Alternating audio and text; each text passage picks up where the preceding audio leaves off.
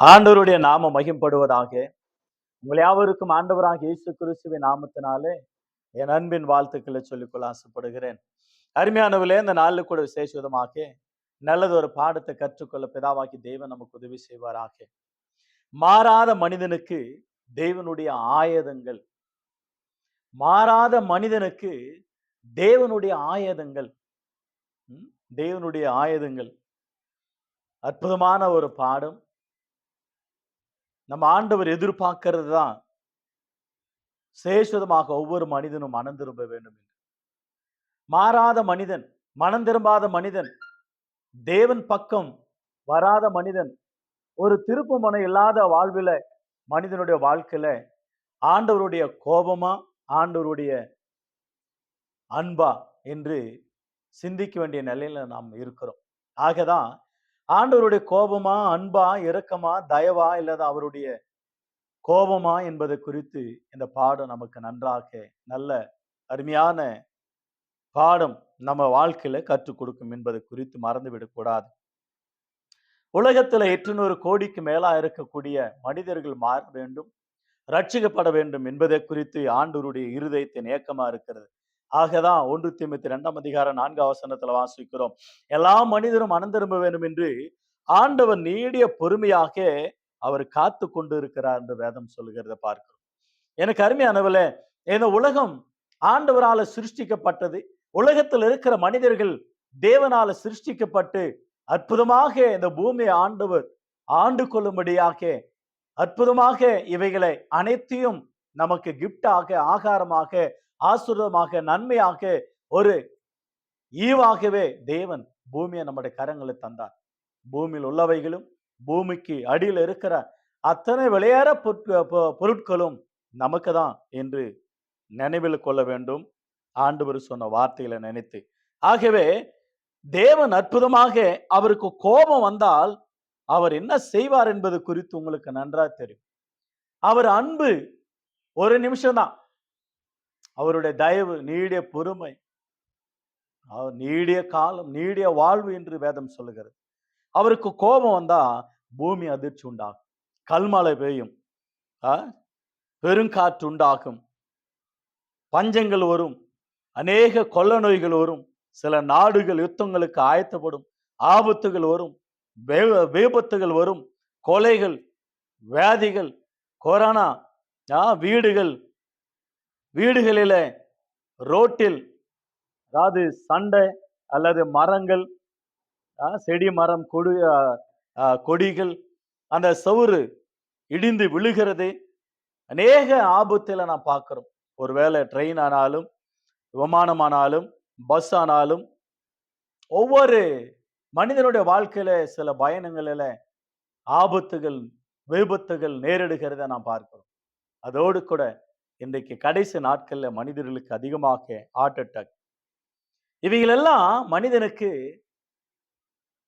தேவனால் வருகிறது என்றுதான் பைபிள் சொல்லுகிறத பார்க்கிறோம். மாறாத மனிதனுக்கு ஒருவேளை மாறிட்டவங்களுக்கு வந்துச்சுங்க ஐயா, அவங்க ஆயுசு நாட்கள் தீர்ந்தது, தேவனிடத்துல போக வேண்டிய நிலை வந்துட்டு நாம் நினைக்க வேண்டும். நல்லவங்களுக்கு வந்ததே, ஆண்டவர் ஏற்றுக்கொண்டவங்களுக்கு வந்ததே, அல்லது ஊழியக்காரர்களுக்கு வந்ததே, ஆண்டவர் அவங்களுக்கு கொடுத்த ஆயுசு நாட்களை முடித்து விட்டு தேவனாண்ட போகிற ஒரு காலகட்டம் அந்த நேரங்கள். ஆகவே பைபிள் சொல்லுகிறது அற்புதமாக, மாறாத மனிதனுக்கு தேவனுடைய ஆயுதங்கள். இப்போ தேவனும் ஒரு சில ஆயுதங்களை வைத்திருக்கிறார் என்றால் இயற்கை அவருடைய ஆயுதங்களா இருக்கிறது, வானமும் பூமி அவருடைய ஆயுதங்களா இருக்கிறது, நாம் யூஸ் பண்ற அத்தனை பொருட்களும் நமக்கு ஆயுதங்களாகவே இருக்கிறது, நாம் சாப்பிடுகிற ஆகாரங்களும் கூட ஆயுதங்களா இருக்கிறது. சிலர் மீன் சாப்பிடும் பொழுது தொண்டையில மாட்டிக்கொண்டு மரித்து போனவர்கள், நல்ல இறைச்சி சாப்பிடும் போது எலும்பு மாட்டிக்கொண்டு இறந்து போனவர்கள் உண்டு. எத்தனையோ பேர்கள் தண்ணி குடிக்கும் பொழுது மற்றும் புசிக்கும் பொழுது எவ்வளோ காரியங்கள், ஒரு சிலர் பெப்சி குடிச்சுக்கிட்டே மரித்து போனவர்கள் உண்டு. ஏனென்றால் இயற்கை மரணம் என்றுவார்கள், ஆனால் அதை காட்டிலும் தேவன் அவருக்கு விருப்பமாக வாழ்வதற்காகவே ஆண்டவர் இந்த வாழ்க்கை தந்தார் என்பது குறித்து மறந்துவிடக்கூடாது. உன் மனைவி, கணவன், பிள்ளைங்க, உங்க பெற்றோர்கள் தேவனுக்கு பிரியமான குடும்பமா, ஆண்டவருக்கு விருப்பமான குடும்பமாக வாழ வேண்டும் என்றுதான் தேவன் விரும்பி இருக்கிறார். சங்கீதங்கள் புஸ்தகம் 7ஆம் சங்கீதம் என்னோடு கூட பைபிளை தயவு செய்து திருப்பிக் கொள்ளுங்கள். சங்கீதங்கள் புஸ்தகம் 7ஆம் சங்கீதம் வசனம் 10 12 ஆகிய 13 ஆகிய வசனங்களை வாசிக்கிறேன். சங்கீதங்கள் புஸ்தகம் 7ஆம் சங்கீதம் வசனம் 10 முதல் 13 வாக்கியங்கள். செம்மையான இருதயம் உள்ளவர்களை ரட்சிக்கிற தேவனிடத்தில் என் கேடகம் இருக்கிறது. தேவன் நீதி உள்ள நியாயாதிபதி. அவர் நாள்தோறும் பாவின் மேல் சினம் கொள்ளுகிற தேவனா இருக்கிறார்.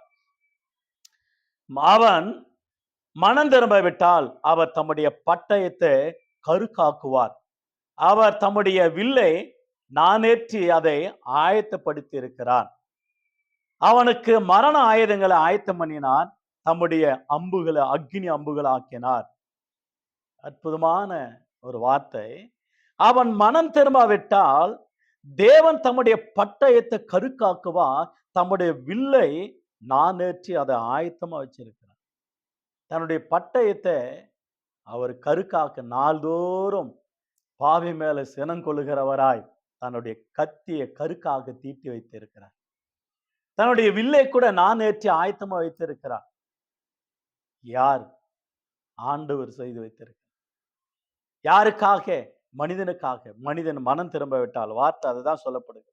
உபாகமம் புஸ்தகம் The book of Deuteronomy உபாகமம் 32ஆம் அதிகாரம் வசனங்கள் 23 முதல் 42 வசனங்களை வாசிக்கலாம். ஆனா 41ஆம் வசனத்துல அவர் தன்னுடைய பட்டயத்தை கருக்காக்குவார். ஏனென்றால் கீழ்ப்படியாம தேவனை விட்டு தூரமா போனவர்கள், இருமாப்பா வாழ்ந்தவர்கள், தேவன் இல்லை என்று சொன்னவர்கள், அகங்காரமா வாழ்ந்தவர்கள் அழிந்து போனார்கள். உங்களுக்கு நன்றா தெரியும். ஆண்டவர் வானத்தையும் பூமி உண்டாக்கினார். இவைகளெல்லாம் தேவனுடைய வேலையை செய்கிறத பார்க்க. சங்கீதம் 19ஆம் சங்கீதம் 1 முதல் 7 வசனங்களை நீங்கள் கவனிப்பீர்கள் என்றால் 6 வசனங்கள் வரை சங்கீதம் 19ஆம் சங்கீதம் வசனம் 1 முதல் 6 வாக்கியங்கள் வானங்கள் தேவனுடைய மகிமை வெளிப்படுத்துகிறது. அவருடைய கரத்தின் கிரிகளை வெளிப்படுத்துகிறது. அவைகளுக்கு பேச்சும் இல்லை, மூச்சும் இல்லை. ஆனாலும் அது சத்தம் பூமி எங்கே கேட்கப்படுகிறது. மணவாளன் தன்னுடைய அரண்மனையிலிருந்து புறப்படு வருகிற வண்ணமாய் அது மகிழ்ச்சியாக தான் பாதையிலே ஓடுகிறது. ஆண்டவருடைய வேலையை மகிழ்ச்சியா செய்கிறது. ஆண்டவருடைய மகிமை வெளிப்படுத்துகிறது. ஆண்டவருடைய சிருஷ்டி அவருடைய சாயலில அவருக்காகவே உருவாக்கப்பட்ட நாம் எல்லாரும் நாம் என்ன செய்கிறோம்? அவருக்கு பிரியமா இருக்கிறோமா? அவருக்கு உகந்தவர்களா வாழ்கிறோமா என்பதை சிந்திக்க வேண்டியது மிக அவசியமா இருக்கிறது. மனிதர்கள் மாற வேண்டும். ஜனங்கள் மாற வேண்டும். நரகம் போகக்கூடாது, பாதாளம் போகக்கூடாது. ஜனங்கள் ஆண்டவருடைய இடமாக்கிய பரலோகத்துக்கு வர வேண்டும் என்று ஆண்டவர் விரும்பி இருக்கிறார். லூக்கா புஸ்தகம் 16ஆம் அதிகாரம் 19 முதல் 31 வசனங்களில ஐஸ்வர்யன் குறித்து நன்றாக உங்களுக்கு தெரியும். ஐஸ்வர்யன், லாசர் இருவரும் மரித்தார்கள். ஐஸ்வர்யன் மரித்து அடக்கம் பண்ணப்பட்டான். லாசர் மரித்து தேவ தூதர்கள் மூலமாக ஆபிரகாம் மடியில இளிப்பாறுகிற இடத்துல அவர் கொண்டு வந்து வைத்தார்கள். எனக்கு அருமையானவில்லை, அற்புதமாக ஆண்டவர் ஏற்றுக்கொண்டவன் பரதேசிக்கும் ஆண்டவர் ஏற்றுக்கொள்ளாதவன் பாதாளத்துல வேதனைப்படுகிறதை நீங்க நன்றாக அறிந்திருப்பீர்கள். நல்ல ஒரு அருமையான ஒரு வார்த்தை. உலகத்துக்கு ஒரு குட் நியூஸ் சொன்னா இதுதான் சொல்லணும். நிச்சயமாகவே ஆண்டவர் அற்புதமாக மனம் திரும்ப சொன்னார். யோவான் ஸ்நானகன் மனம் திரும்ப சொன்னார்.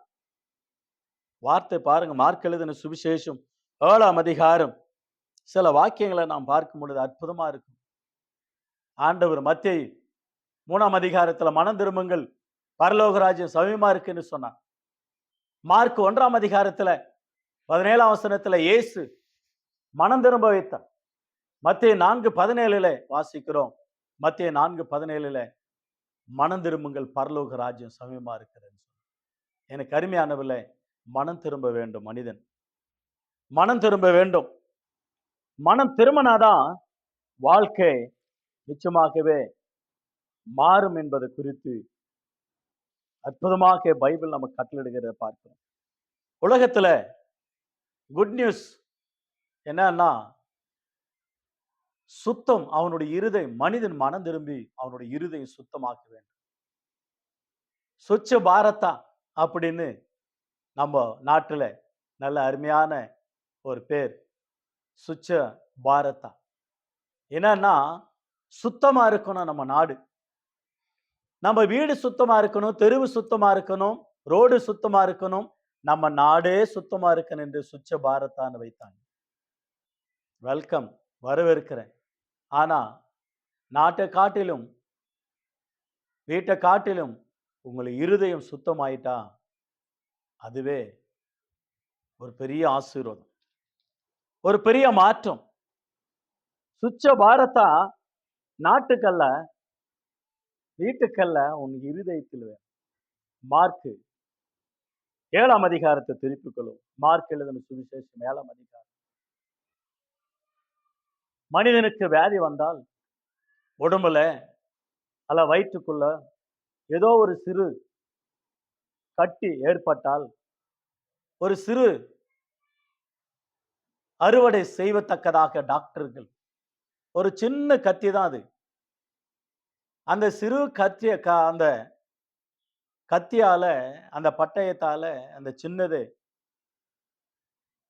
அந்த கட்டியை என்ன செய்வாங்கன்னா கட் பண்ணி அகற்றி மீண்டும் டிச்சு போடுவாங்க. அந்த கேன்சர் கட்டியா இருக்கலாம், நார்மல் கட்டியா இருக்கலாம், பலவிதமா மனிதர்களுக்கு வருகிறது இல்லையா? அவன் சுத்தமாகிறத பாரு. அவனமாகவே மனுஷனுடைய இருதயத்துல அசுத்தம் இருக்கு.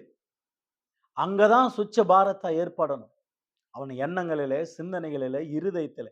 அப்பொழுதுதான் அது வீட்டில் உண்டாகும், ரோட்டில் உண்டாகும், நாட்டில் உண்டாகும், உலகத்திலே உண்டாகும்.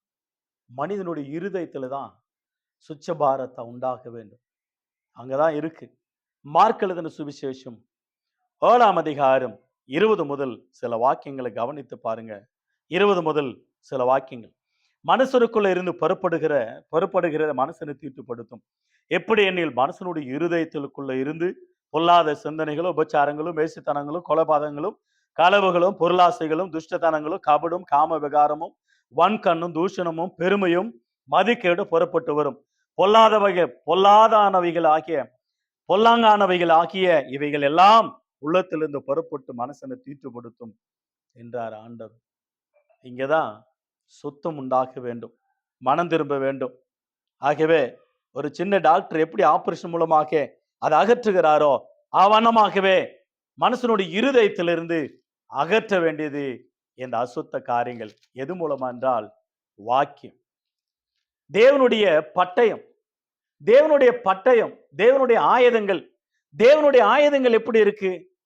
அற்புதமாக நம்ம படிக்க போகிற சில வாக்கியங்களை நீங்கள் ஆச்சரியப்பட்டு போவீங்க. ரொம்ப அற்புதமான வார்த்தைகளாகவே இவைகள் அமைந்திருக்கிறத பார்க்கிறோம். எனக்கு அருமையானவர்கள, தேவனுடைய ஆயுதங்கள் எப்படிப்பட்டவைகள் என்பதை குறித்து அற்புதமான 2-3 வாக்கியங்களை நாம் படிக்கும் பொழுது ஆச்சரியப்பட்டு போவீர்கள். தேவனுடைய ஆயுதங்கள், மாறாத மனிதனுக்கு தேவனுடைய ஆயுதங்கள். இந்த ஆயுதங்களை தேவன் பயன்படுத்தினால் என்ன நடக்கு என்பது குறித்து வருகிற நாட்கள்ல நாம் இன்னும் தெளிவாக அநேக பாகங்களை படித்துக்கொள்ள கர்த்தர் உதவி செய்வாராக. எனவே அந்த மனிதனுடைய இருதயத்தில் இருக்கிறத இந்த அசுத்த வேலை எப்படி அதை கட் பண்ணி எடுப்பது? வாக்கியத்தின் மூலமாக. வாக்கியம்தான் நமக்கு ஆயுதமா இருக்கிறது. எபிரேயர் புஸ்தகம் 4ஆம் அதிகாரம் 12ஆம் வசனத்தை கவனிங்க. எபிரேயர் 4:12, Hebrew chapter 4 verse 12. தேவனுடைய வார்த்தையானது ஜீவனும் வல்லமையும், தேவனுடைய வார்த்தையானது ஜீவனும் வல்லமையும் உள்ளதாயும், இருபுறமும் கருக்குள்ள எந்த பட்டயத்திலும் கருக்கானதாயும், ஆத்மாவையும் ஆவையும் கணுக்களையும் ஊனையும் பிரிக்கத்தக்கதாக உருவ குத்துகிறதாயும், இருதயத்தின் நினைவுகளை யோசனைகளையும் வகை அறுக்கிறதாயும் இருக்கிறது. ஆண்டவருடைய வார்த்தை எந்த பட்டயத்திலும் கருக்கானதாயும், இருதயத்தில் இருக்கிற அத்தனை யோசனைகளையும் அது வகை அறுக்கிறதாகியும் இருக்கிறது என்று வேதம் சொல்லு. ஆண்டவருடைய வேத வசனம் ஒரு மனுஷனை தொட்டா அவன் எண்ணங்கள் மாறும், அவன் சிந்தனைகள் மாறும், அவன் இருதயம் மாறும், அவனோட பொல்லாத இருதயம் மாறும். அந்த பொல்லாத இருதயத்துல புறப்பட்டு வருகிற அத்தனை அசுத்தங்களும் தீட்டு காரியங்களும் அவனை விட்டு விலகி போகும். அவனை விட்டு விலகி போ.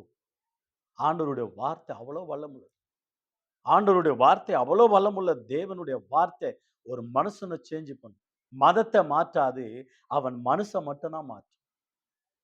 கிறிஸ்துவம் மத மாற்றம் அல்ல, மனமாற்றம். எல்லாருக்கும் தெரியாது. ஆனா வேதம் சொல்லுகிறது அற்புதமாக, யோவான் எழுதின சுவிசேஷம் 8ஆம் அதிகாரத்துல உபச்சாரத்துல கையும் களவுமாக்கி பிடிக்கப்பட்ட ஒரு ஸ்திரியை இயேசுவினிடத்துல கொண்டு வந்தார்கள். இவள் உபச்சாரத்துல கையும் களவுமாக பிடிக்கப்பட்டால் இவளை கல்லெறிந்து கொள்ள வேண்டும் நியாயப்பிரமாணத்தின்படி. நீங்க என்ன சொல்றீங்க? ஆண்டவர் கீழே குனிந்து எழுதினார். என்ன எழுதினார் என்றால், உங்களிலே எவன் பாவம் செய்யாது இருக்கிறானோ அவன் முதலாவது இவள் மேல் கல்லெறிய வேண்டும். அவன் மட்டும்தான் பிடிக்கப்பட்டான், அவளை மட்டும்தான். ஆனா அந்த உபச்சாரக்காரன் எங்க? அவர்கள் எல்லாம் கல்ல கீழே போட்டு விட்டு ஒருத்தனும் காணாமல் போய்விட்டார்கள். அந்த பெண்மணி, அம்மா நீ மனம் திரும்பு, இனிமேல் இதை செய்யாதே என்று சொல்லி ஆண்டவர் வார்த்தை அந்த பெண்மணியை மாற்றினது, ஒரு உபச்சாரியை மாற்றினது. சகேயு, லூக்கா 19ஆம் அதிகாரம் வசனம் 1 முதல் 10 வசனங்கள். வட்டி வாங்குறவன், அநியாயக்காரன், ஆயக்காரன், டாக்ஸ் கலெக்டர், ரொம்ப ஜனங்களை ஏமாற்றி சம்பாதித்த கோடிக்கணக்கில் பணம். பட் அவனை பேசினார் ஆண்டவர், அவனோடு கூட பேசினார். அவன் வீட்டுக்கு போனார். அவன் ஒரே நொடி பொழுதுல சேஞ்ச் ஆனான். ஏமாற்றக்காரன் சேஞ்ச் ஆயிடுச்சு அவனோட லைஃப். இவனும் பரலோகத்துக்குரியவனா ஆபிரகாம் மகனா இருக்கிறான், ரட்சிக்கப்பட்டான். ஆண்டவர் சிலுவையில மரிக்கும் பொழுது கல்லன் பக்கத்துல இருக்கிறான். லூக்கா 23ஆம் அதிகாரம் 42, 43. லூக்கா 23ஆம் அதிகாரம் 42, 43. அந்த கல்லனை கூட சிலுவையில் அடிக்கிற நேரத்துல, ஆண்டவரே என்னை உம்முடைய ராஜ்யத்துல நினைத்தருளும், இன்றைக்கே என்னோடு கூட பரிதேசில் இருப்பாயாக என்று ஆண்டவர் அற்புதமாக ஒரு கல்லனுக்கு, ஒரு ஏமாற்றுகிறவனுக்கு, ஒரு உபச்சாரிக்கு, எத்தனையோ கொலைபாதகர்கள் மனம் திரும்பி இருக்கிறார்கள். இன்றைக்கும் சமுதாயத்துல கெட்டவர்கள், ஜெயிலுக்கு போனவங்க, கொலைபாதகர்கள், தண்டனை அனுபவித்தவர்கள், சமுதாயத்துல கேடுகட்ட வாழ்க்கை வாழ்ந்தவர்கள், அநேகருக்கு இடர்லாம் இருந்தவர்கள் இயேசுவை ஏற்றுக்கொண்டு மனமாறி சமுதாயத்துக்கு சமூக சேவை செய்கிறார்கள். ஹாஸ்டல், அனாதை இல்லங்கள், ஊழியம், சாட்சி, சபைகள், சமுதாய ஒர்க்கு, சமூக சேவை எத்தனையோ பேர் செய்கிறார்கள். மனமாற்றம் அவங்களுக்கு மாறி இருக்கு. ஆண்டவருடைய வார்த்தை அவங்களை உருவாக்கினது, ஆண்டவருடைய வார்த்தை அவங்களை உருமாற்றினதை பார்க்கிறோம்.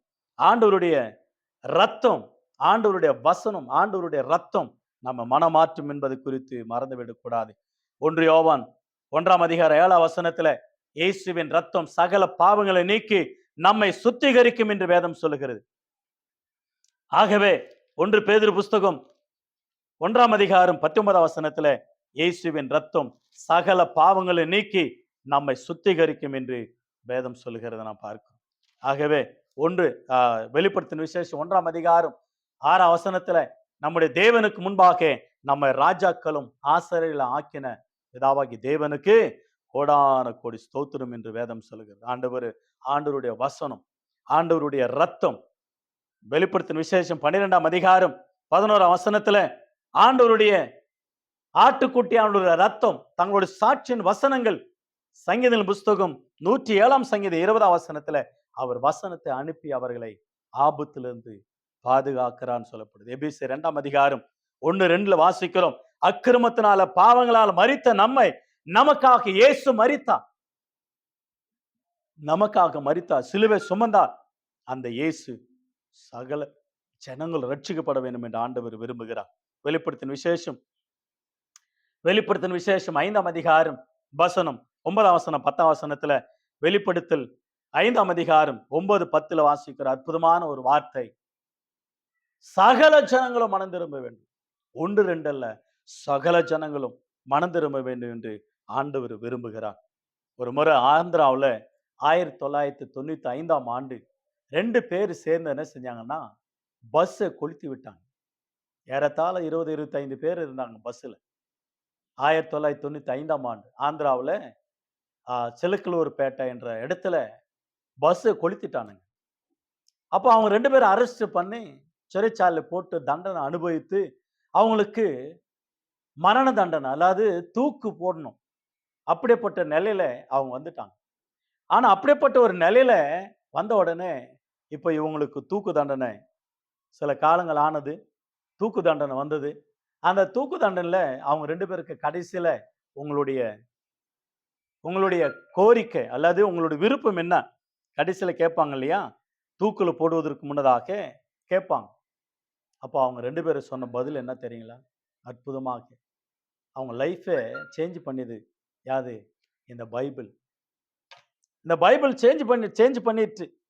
அவங்க 2 பேரும் சொன்னாங்க, எங்களுக்கு நாளைக்கு தூக்கு. நாங்கள் மரித்து போறோம். எங்க 2 பேருக்கும் ஞானஸ்தானம் குடுங்க.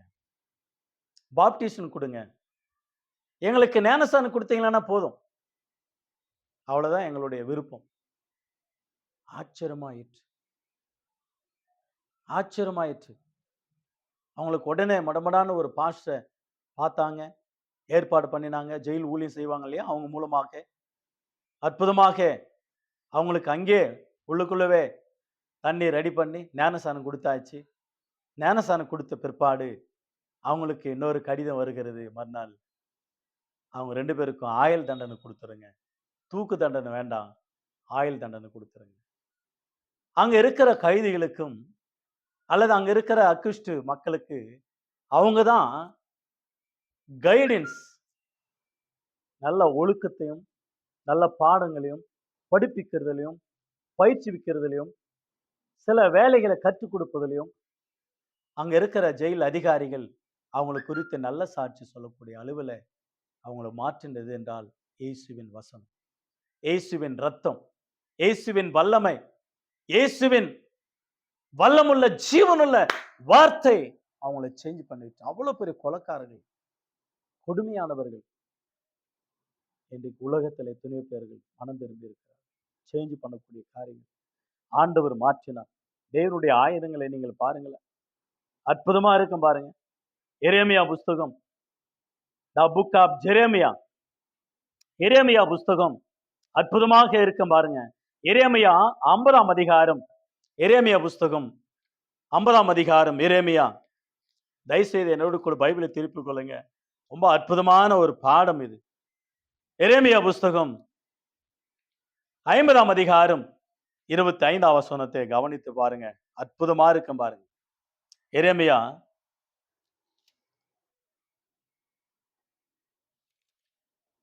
51ஆம் அதிகாரம் 50ஆம் அதிகாரம் அற்புதமாக ஆண்டவர் நம்ம கொடுத்திருக்கிற வார்த்தைகள் ஆச்சரியமா இருக்கு. எரேமியா புஸ்தகம் 50ஆம் அதிகாரம் 25ஆம் வசனம். கர்த்தர் தம்முடைய ஆயுத சாலையை திறந்து தம்முடைய சினத்தின் அஸ்திபாரங்களை ஆயுதங்களையும் தம்முடைய சினத்தின் அஸ்திர ஆயுதங்களையும் எடுத்துக்கொண்டு வந்தார். இது கல்தேர் தேசத்துல சேனைகளின் கர்த்தராகிய ஆண்டவர் செய்கிற கிரி. ரொம்ப அற்புதமா இருக்கு பாருங்க அந்த வார்த்தை. கர்த்தர் தம்முடைய ஆயுத சாலையை திறந்தார். ஆயுத சாலையை திறந்தார். இவ்வளவு ஆச்சரியமா இருக்கு. யாத்திராகம் 14ஆம் அதிகாரம் 14 கர்த்தர் உங்களுக்காக யுத்தம் செய்வார். இவ்வளவு அருமையான ஒரு வார்த்தை. 1 சாமுவேல் 17:47 வாசிக்கிறோம். கர்த்தரே யுத்தம் செய்தார். தாவீது மூலமாக கோலியாத்தை கொன்றார். அற்புதமாக ஒரு வார்த்தை. ஏசாயா புஸ்தகம் 13ஆம் அதிகாரம் 5ஆம் வசனத்துல கூட கர்த்தர் யுத்தம் செய்கிறவரா இருக்கிறார். ஏசாயா 41ஆம் அதிகாரம் 15 பாருங்க. இதோ போரடிக்கிறதுக்கு நான் உன்னை புதிதும் கூர்மையாக பற்களாக ஏந்திரமாக்கினேன். நீ மலைகளை மிதித்து குன்றுகளை நொறுக்கி குன்றுகளை தகர்க்கும், குன்றுகளை தகர்க்கும், குன்றுகளை பதருக்கும் ஒப்பாகிடுவாய். ஒரு அற்புதமான ஒரு வார்த்தை. உன்னை ஏந்திரமாக, உன்னை ஒரு ஆயுதமாக, கூர்மையான ஒரு ஆயுதமாக. இந்த வார்த்தையை தான் நான் கவனிக்கிறேன். புதிதான கூர்மை, ஒரு ஏந்திரமாக குன்றுகளையும் மலைகளையும் நீ மெதித்து தவிடு பொடியாக்குவாய். ஆண்டவர் நம்மை தண்டாயுதமாக கூட ஆண்டவர் உருவாக்கி வைத்திருக்கிறார். ஆ, அதே எரேமியா புஸ்தகம் 51ஆம் அதிகாரம் அற்புதமாக சில வாக்கியங்களை 20ஆம் வசனத்தை கூட கவனிங்க. நீ எனக்கு தண்டாயுதமும் அஸ்திர ஆயுதமுமானவன், நான் உன்னை கொண்டு ஜாதிகளை நொறுக்குவேன், உன்னை கொண்டு ராஜ்யங்களை அழிப்பேன் என்றார். உன்னை கொண்டு ஆண்டவர் அற்புதமாக ஆயுதசாலை ஆண்டவர் வைத்திருக்கிறார். யோசுவா காலத்துல ஆண்டவர் கற்களை வானத்திலிருந்து கொட்டி சத்துருக்களை முறியடித்தார். எகிப்து தேசத்துல கல்மழை பெய்ந்தது. வண்டுகள், தவளைகள், தண்ணீர் ரத்தமாக, சாம்பல் கொப்பளங்களாக, நோய்கள், கொள்ள நோய்கள், வாதைகள், ஆண்டவர் அற்புதம் செஞ்சார, நான் அப்படி செய்வேன். அவருடைய ஆயுதங்கள் அவைகள் எல்லாம். ஆகவே கத்துடுப்பில நம்முடைய வாழ்க்கையில நாம் யாரா இருக்கிறோம்? ஆண்டவர் நம்முடைய ஆயுதங்களை கத்தர் வைத்திருக்கிறார். தேவனுடைய ஆயுதங்கள் யார் என்றால் நாம தான் ஆயுதங்களா இருக்கிறோம். உலகத்தை அழிப்பதற்காக அல்ல, உலகத்தை மாற்றுவதற்காக வல்லமையான ஆயுதங்களாக நாம் இருக்கிறோம். பவுல் ஒரு ஆயுதம். நிருபங்கள் எழுதுகிறார். சுவிசேஷ பயணங்கள் எத்தனையோ சபைகளை கட்டினார். எத்தனையோ ஆத்த மக்களை ரட்சிப்புகளை கொண்டு வந்தார். ஒரு தீமோத்தேயு, ஒரு தீத்து, ஒரு பிலமோன், ஒரு ஓனேசிமும், இவங்க எல்லாம் தேவனுடைய ஆயுதங்களா இருக்கிறார். தேவனுடைய ஆயுதங்களா இருக்கிறார். ஒரு மோசே, ஒரு பேதுரு, அந்திரேயா, யாக்கோபு, யோவான், 12 சீடர்கள், சீஷர்கள், ஸ்தேவான், அக்கில்லா, பிரிஸ்கில்லா, இவங்களெல்லாம் அற்புதமாக தேவனுடைய ஆயுதங்களாக இன்றைக்கு நீங்களும் தேவனுடைய ஆயுதங்களா இருக்கு. உங்கள் மூலமாக ஆண்டவருடைய வார்த்தை தேசத்துக்கு ஆயுதங்களாக கடந்து போக வேண்டும். தேவனுடைய ஆயுதங்கள் 127ஆம் சங்கீதம் 4ஆம் வசனத்துல அவர்கள் அம்புகளா இருக்கிறார்களா? என்னவா இருக்கிறார்களா? அம்புகளா இருக்கிறார்களா? இதோ கர்ப்பத்தின் கனி தேவனால் கொடுக்கப்பட்டது. இதோ கர்ப்பத்தின் கனி, இதோ பிள்ளைகள் கத்தலார் சுதந்திர கர்ப்பத்தின் கனி கத்தரால் கிடைக்கும் பலன். வாழ வயதின் குமாரர் பலவான்களை கையில் உள்ள அம்புகளுக்கு ஒப்பா இருக்கிறார்கள். அம்புகளுக்கு ஒப்பா இருக்கிற அம்புகள் ஆயுதங்களா இருக்கிறோம். நாம் ஒரு அம்பாக, தேவன் கரத்துல பயன்படுகிற ஒரு அம்பாக, தேவன் கரத்துல பயன்படுகிற ஒரு கருவியாக, தேவன் கரத்துல பயன்படுகிற ஒரு ஆயுதமாக நாம் இருக்கிறோம். உன்னை ஒரு ஆயுதமாக உருவாக்கி வைத்திருக்க, ஒரு தண்டாயுதமாக, புதிய கூர்மையாக, ஒரு இயந்திரமாக தேவன் உன்னை கொண்டு மலைகளை நொறுக்குவார். உன்னை கொண்டு ஆண்டவராகி தேவன் சிலரை மாற்றக்கூடிய சக்தி உடையவராக இருக்கிறார். ஆகவே பைபிள் ஒரு ஆயுதமா இருக்கிறது. பைபிளே ஒரு ஆயுதம். ஆகவே அப்போஸ்தல புஸ்தகத்துல பார்க்கிறோம், உலகத்தை கலக்குகிறவர்கள் இங்க வந்துட்டார்கள், பயந்துட்டாங்க. அந்த அளவுல கர்த்தருடைய கரம் இந்த தேசத்து மேல காணப்படும். எனக்கு அருமையான கர்த்தருடைய பிள்ளை, நம்முடைய வாழ்க்கையில நாம் ஒரு ஆயுதங்களா இருக்கிறோம். மனம் திரும்பாத மாறாத மனிதனுக்கு தேவனுடைய ஆயுதங்கள் ஒருவேளை இயற்கையா இருக்கலாம், பூமியா இருக்கலாம், வானமா இருக்கலாம். அவைகள் ஆபத்துகள் உண்டாகிறது மனம் திரும்புகிற ஜனங்களுக்கு. ஒருவேளை மனம் திரும்பினால் கர்த்தராகிய தேவன் நம்ம மூலமாக அநேக ரட்சிக்கப்பட்டு மனம் திரும்பி பரலோகத்துக்கு வர வேண்டும். அதுதான் ஆண்டவர் விரும்புகிறார். ஆகவே தேவனுடைய ஆயுதங்கள் நீங்களா இருக்கிறீங்க. தேவனுடைய ஆயுதம் ஆண்டவருடைய வசனமா இருக்கிறது. ஆண்டவருடைய வார்த்தை ஒரு மனிதனை சேஞ்ச் பண்ணும். ஆகவே மாறாத மனிதனுக்கு தேவனுடைய ஆயுதங்கள் என்று சொல்ல வார்த்தை இந்த நாள்ல அருமையான பாடத்தை நாம் கேட்டோம். எனக்கு அருமையான கத்தொடுப்பில் நம்முடைய வாழ்க்கையில மாறாத மனிதனுக்கு ஆண்டவருடைய ஆயுதம் பலிக்காதபடிக்கு ஆண்டவருடைய வார்த்தை அவனை ரட்சிக்கத்தக்கதாக, ஆண்டவருடைய வார்த்தை அவனை பரலோகத்துக்கு அழைக்கத்தக்கதாக கர்த்தர் உதவி செய்யும்படியாக ஆண்டவர் அனுக்கிரகம் பண்ணுவாராக. மாறாத மனிதனுக்கு தேவனுடைய ஆயுதங்கள் நீங்களா இருக்கிறீங்க. ஆண்டவராகிய தேவன் உங்களை பயன்படுத்தட்டும். கர்த்தர் உங்களை ஆசீர்வதிப்பாராக. ஆண்டவர் இந்த வசனங்கள் ஆசீர்வதிப்பாராக. God bless you all. God bless you.